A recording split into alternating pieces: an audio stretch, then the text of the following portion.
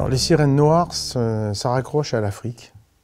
Donc il y a deux Afriques. Il y a l'Afrique, point de départ, le continent africain, et ensuite l'arrivée, c'est l'Afrique à Paris. Ce titre s'est imposé quand j'ai souhaité raconter l'univers de la traite des êtres humains, de ces jeunes femmes qui sont vouées à la prostitution depuis le sud-est du Nigeria vers Paris. Et pourquoi les sirènes noires? Parce que quand elles traversent la Méditerranée, certaines coulent à pic. Ces jeunes femmes qui ont autour de 18 ans à peu près, qui quittent le Nigeria, on estime qu'elles sont à peu près 60 000 dans l'Union européenne. Que pour ce pays, bon, c'est un grand pays africain qui a plus de 100 millions d'habitants, ça sera la première nation africaine dans quelques années et de très très loin.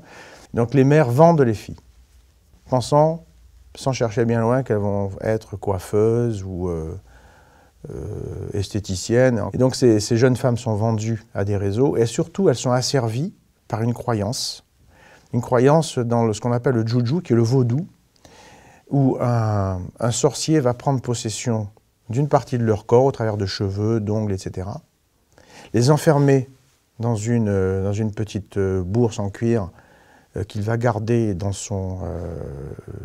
sa cabane.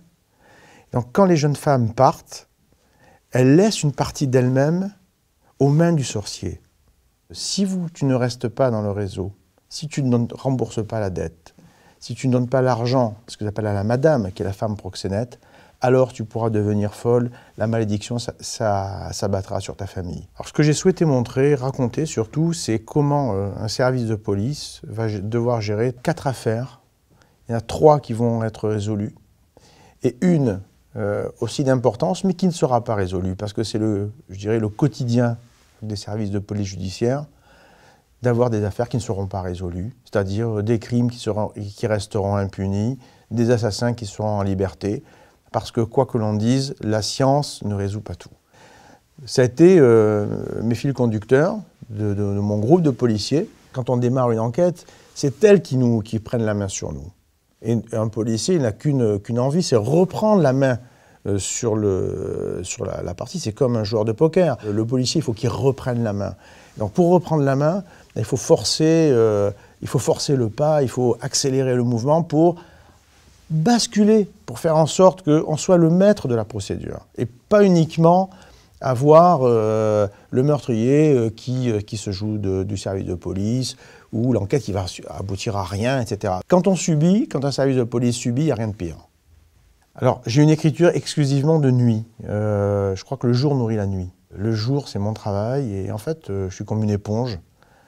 J'absorbe les gens, mes collègues, mais aussi les victimes, les auteurs, etc., qui rentrent en moi.